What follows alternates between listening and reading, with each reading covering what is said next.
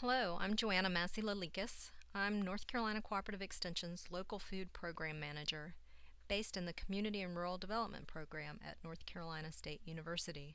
During this session, I'll be talking about opportunities to engage in local food systems. First, let's describe what is meant by a local food system. In a system, there are many interconnected parts. And like a spider web, tug on one thread and the rest of the web is affected. A food system, as with any system, is complex and interconnected. It includes all processes involved in keeping us fed: growing, harvesting, processing, packaging, transporting, marketing, consuming, and disposing of food and food packages.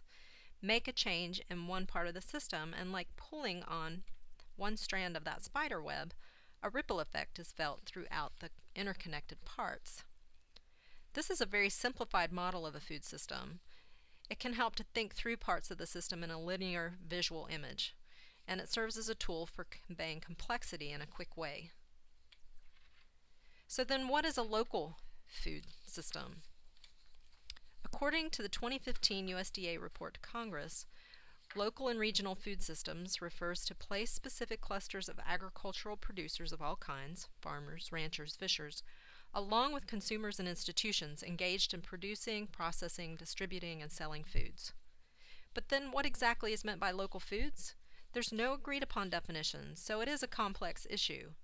Governmental entities have a tendency to describe it by distance the food is traveled, but for many consumers, their definition of local food goes beyond geography and may include other characteristics or embedded values. For this presentation, we'll keep in mind that a local food system is place-specific and relationship-based. Now let's walk through opportunities to engage across local food systems. As we explore opportunities, remember that each sector in the local food system is dependent on human resources that provide labor, research, and education. Production. Opportunities to engage here include farming and gardening, raising livestock, dairy, fish, produce. It also includes opportunities that support farmers and gardeners, providing inputs such as seeds and breeds, or supporting access to land or capital. Support for beginning farmers is a growing conversation nationally. Why? The average age of farmers across the country is increasing and is in the range of 59 to 60 in many places. We're also losing large acreages of farmland every year. And there's a growing interest in farming by many who have never farmed before. Profitability and land access are critical challenges for these farmers. So new farmer training programs are one way to support these new farmers as they develop their businesses. Incubator farms are another way that may be a solution in some places. Remember we said place-based? So what's an incubator farm? An incubator farm is typically a place where people are given temporary, exclusive, and affordable access to small parcels of land and infrastructure, and often training, for the purpose of honing skills and launching farm businesses. Understanding the feasibility based on how these farms will meet the place-based needs and be fiscally sustainable are important considerations if you're thinking about being involved or developing an incubator farm. Another great way to engage is through attending or organizing farm tours. These are great opportunities to introduce people to and build support for agriculture in your area. Community gardens are serving many purposes in communities. Getting engaged with a community garden can provide the opportunity to grow food, build community, grow and donate fresh vegetables and fruit to other community members, beautify neighborhoods, and more. Opportunities to engage can also include garden-based education and technical assistance, and also working with schools to establish gardens and provide garden-based education. Once food is produced, it must leave the farm and make its way to market. There are many types of business opportunities here. For example, some handle the logistics of bringing together products from several different farms. And others are involved in transporting and delivering products, all making sure products are appropriately refrigerated throughout the whole process. One type of business in particular has been a big part of the local food conversation in the U.S. According to the USDA, a food hub is a centrally located facility with a business management structure facilitating the aggregation, storage, processing, distribution, and/or marketing of locally or regionally produced food products. When trying to access mainstream markets like grocery stores or institutional markets, smaller farms may run up against challenges of meeting the required volume and consistency. Food hubs have been arising in some places to provide a facility that can build volume and support consistency by aggregating from multiple farms, as well as providing marketing and distribution support to these farms. As with incubator farms, understanding the feasibility of these businesses in a particular place is a critical aspect to understand and ensure before diving into this type of business venture.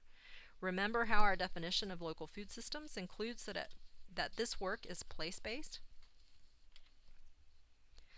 Sometimes food is processed to change its form before it goes to market. Processing can add valued products, allowing farmers and other businesses to charge extra for them, potentially increasing their bottom lines. Community kitchens, also sometimes called shared use or incubator kitchens, are arising to incubate small entrepreneurial artisans or value-added food makers. These can afford entrepreneurial opportunities for adding value to local food in your community, providing a marketplace for farmers and their local products. Typically, community kitchens provide kitchen space, including commercial kitchen equipment, for an hourly rate, as well as product storage and even sometimes training and technical assistance. Engagement in this sector also includes supportive roles such as education about food preservation and food safety, and assisting startup local food businesses with product development. Marketing includes branding, packaging, and advertising.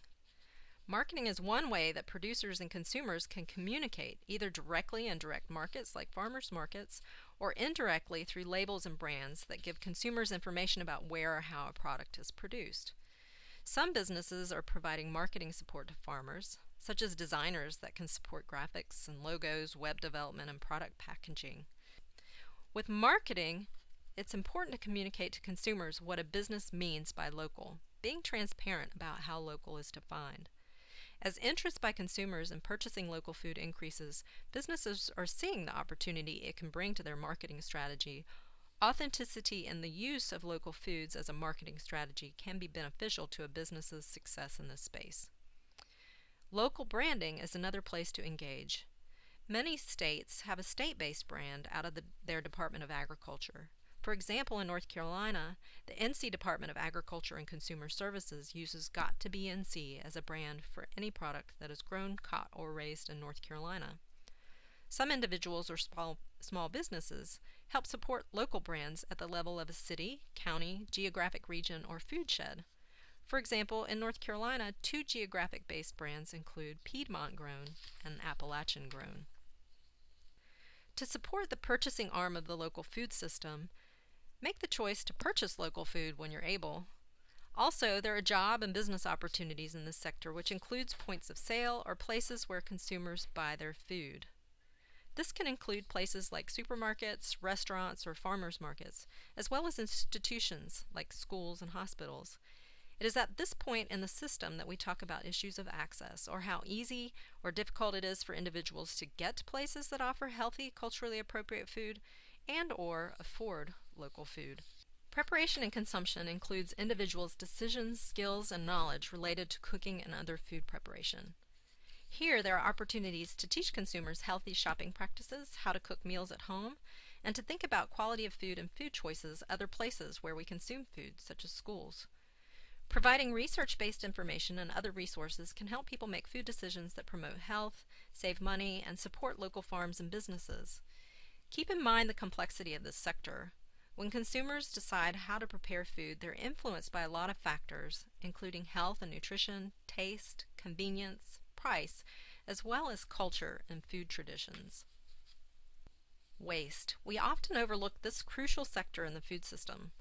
Organic food waste at the household or institutional level provides opportunities for composting and worm composting that can create a product that can be circulated back to farms and gardens.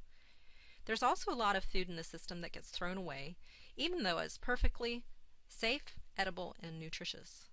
So there are opportunities to engage with organizations that are focused on rescuing this product, which can include processed products like canned goods that are rescued from grocery stores, produce that's left over after a farmer is done harvesting, produce from community gardens, and other fresh produce opportunities.